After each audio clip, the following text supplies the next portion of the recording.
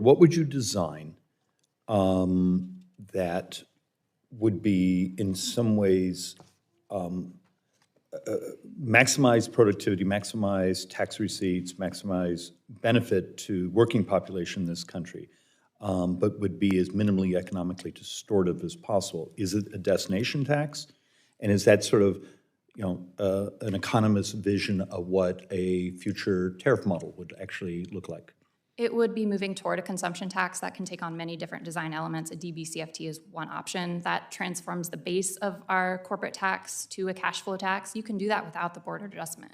If you do full expensing for all capital investment, plus eliminate net interest deductions, that gets us to a cash flow tax. That removes that barrier to investment that's created by long depreciation schedules.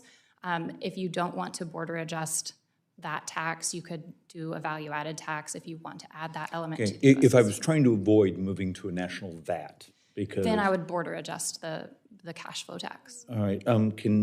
Who really objects to a border adjustment?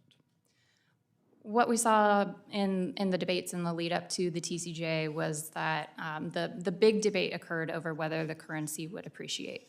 The currency appreciation is what makes it trade neutral because you're applying the tax on imports by denying that deduction, and then you're not taxing exports by providing that exemption. Yeah. It's so like you have the currency adjustment. I know this is your specialty, but slightly more complex because you also pick up hopefully the export additional value of some of the refundability of things being exported out.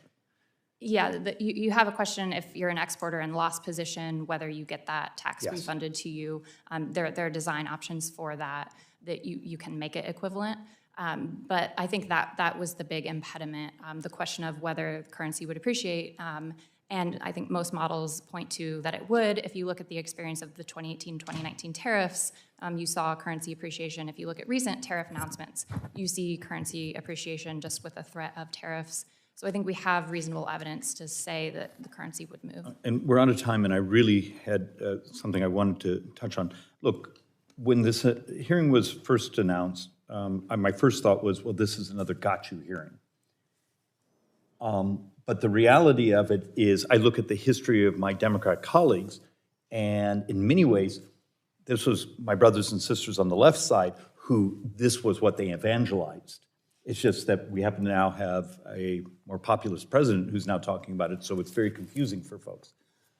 My hunger is to try to find a way to make it economically rational, that it maximizes exactly what my economist friend here was saying, that maximizes the robustness of economic capital stock and productivity.